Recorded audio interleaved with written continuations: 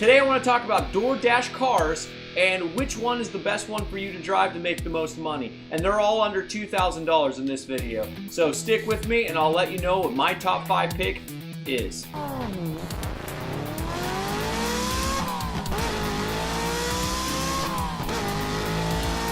Hey YouTube, so if you are not a Dasher and by the end of this video you want to be, there is a link in my video at the very bottom that you can click on and get an activation kit once you pass your background. So, what kind of car do you need to DoorDash drive? Well, a lot of people are misled and think they need a newer car, and they do not need a new car. They don't even really care what you drive at all. So, it's not like Uber and Lyft where you have to have at least a 10-year current car. DoorDash allows you to even ride a bicycle. I would not recommend this because some of these places bring you pretty far out, and unless you're really fit, you're gonna have some issues with this. I have listed my top 5 cars for my personal experience with them, and you can get a lot of miles out of these certain cars that I have listed in this video. Every single one of these cars is under $2,000. There's some tips at the end of the video to be able to take a look at some of these good cars and what to look for to see if they have any life left in them. Top 5 cars. Craigslist browser here and type in some of my favorite cars that I've had over the past that have good gas mileage. So all these cars are going to be under $2,000. Let's fix this here, put 1,500. And the first car is going to be the Honda Accord. Now all these cars on the list have cheap parts, and a lot of them are easy to work on. There's a lot of little things that go wrong with them, and you can YouTube them and fix them. At the end of the video, I'm going to show you a bunch of things when you go find a car on one of these websites to go look at, what you're going to want to look for. So the first car is the Honda Accord. There's all kinds of different years and models that you can get under $2,000, and there is a car in here that I want to show you if I can find it that is kind of like the ideal car that you're kind of looking for in the ad. So the first one's Honda Accord. I'm going to go ahead and post in the video here up above about what these guys get per miles per gallon, just using a rough guesstimate on one of these years. So you'll be able to see the miles per gallon on the screen. So the Honda Accord was the number 5 on my list. The next one is the Toyota Camry, Toyota Camry, which is basically the Honda Accord version, or the Toyota Camry is the Honda Accord version of the Toyota. So you can see again, these are decent cars, and you can kind of see what they look like here, and you can kind of shop around and see ones that could be potentially nice to look at for delivering.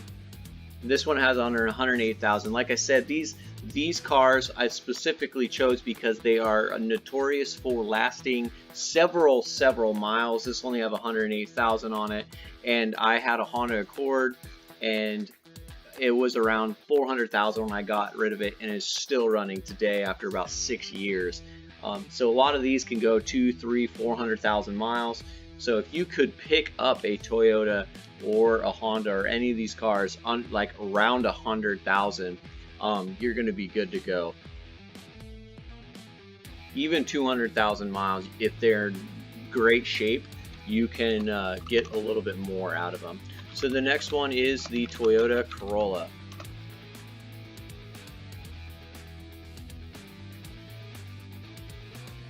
As you can see right here, here's a 2000 Toyota Corolla, $1,500, and this is probably going to just be your bare bones one. See, this one has 267.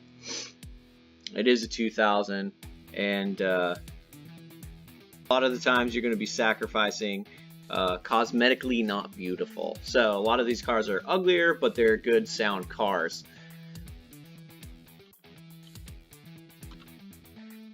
The next one is the Ford Focus. These are interesting little cars. You can get actually fairly new ones for cheap. Here's a 2007 and for $2,000. and that is a pretty good deal. These I don't feel like go as far, but they're a little bit more appearance worthy. They are better looking cars. I really enjoy the I really do enjoy the hatchback version of these, which is the ZX3s. It's one of the ZX3s at 1600. They're a better looking car. You can get them in the 2000s, and a lot of times you can find extremely good deals on these, and these also get pretty good gas mileage.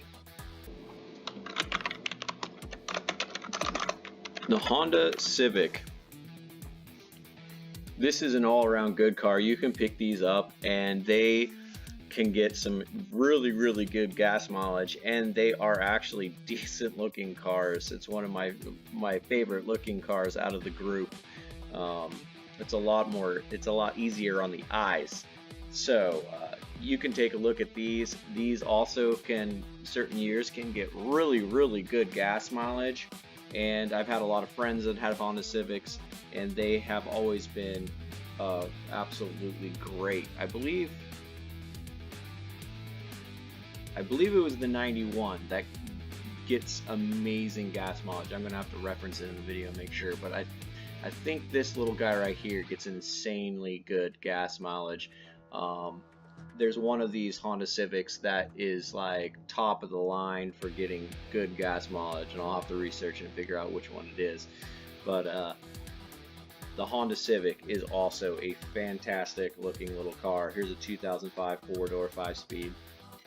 It's mechanical special, so there's probably something wrong with that one, but you can see that you can find an actual decent looking car with the Honda Civic and still get that really good gas mileage. Okay, number one car, and this might not be the right away your favorite looking car, but if I had to choose a cheap car, and this is what I would be doing. So a Geo Metro, if you've never heard of one of these, they are a 3-cylinder. They don't have a lot of power and they don't have a lot of room. That's their downfall, but they do have really good upside on these, that they get amazing gas mileage. So if you can find one of these that is a lower miles, that is in a good condition, I really prefer the Geo Metro. 45 miles per gallon. Some of these cars, when they're really well maintained, can get up to 50 miles a gallon. Just because they only have 3 cylinders, they don't have a lot of power. But if you're just delivering in towns, which most of you are, these are absolutely money-making machines as long as they keep going. So these actually are going for a decent amount. You know, they're $1,600 to $2,000, and they are an ugly little mobile. But the plus side, like I said, you're going to be making a ton of money if you can get one of these in decent shape, and they just get killer gas mileage. But does not have very much doesn't have very much power, so it and it also doesn't have very much room. But you can also take off the back seat if you're not going to be lugging people around, and just use that whole back hatch for food or for whatever you want to do. I mean, this is just a money-making machine is all this is. If you can get over how kind of ugly they are, how they're gutless, and they don't have any room, the 50 miles per gallon, you're going to be pretty happy when you're driving that, and you're pocketing almost all the money. And the wear and tear on these vehicles, as long as you keep them going, the depreciation on cars that are under $2,000, if this thing's running in the next couple years and it's good to go, you are not depreciating much after $2,000. These all range between $1,000 to $2,000 as long as they're running and they're in good shape. The depreciation on some of these older cars just pretty much are at the end of their life, and they just kind of stay there. And if you have a good running Geo Metro or Honda Accord, or whenever you decide to stop driving, a lot of these cars aren't going to depreciate, and you're going to get close to what you got out of it, especially if you're maintaining and doing the things to keep it up and running. So you could easily buy this $1,800 car and then later down the road sell it for $1,800 again, or $1,500, and not actually depreciate much plus make money. So, you know, there's a lot of talk about depreciation in vehicles, and you know, if you're getting an older one that you can trust, the depreciation just really isn't there. You do have tire wear and, you know, parts and stuff like that, but when you go to sell it, the depreciation isn't as bad. When you go out and look at these cars, you need to check certain things. You need to check the wear and tear on the tires. Are you going to need to purchase any new tires? Look at the tread wear. You can tell if it's wearing unevenly on the tires, it might need alignment. That's going to cost you money. If the tires are, you know, coming up, tires are really important when you're driving that much. You're going to want good tires, so you need to add the expense of the tires in. Then when you pop the hood, you want to look under the hood and you want to check your belts and make sure there's no cracks in any of your belts that are connected to the alternator. And, you know, it's just going to be up front. You're going to be able to see them. Another big one is you want to look for any like obvious leaks. A lot of these older cars are going to have leaks on the valve covers where the spark plugs go in, and it is okay for it to be leaking. A lot of these cars are going to leak as long as it's not huge leaks. You just need to be able to monitor these leaks and be able to have oil on board and check it at least, you know, a couple times every 2 or 3 days. You need to check the oil to make sure.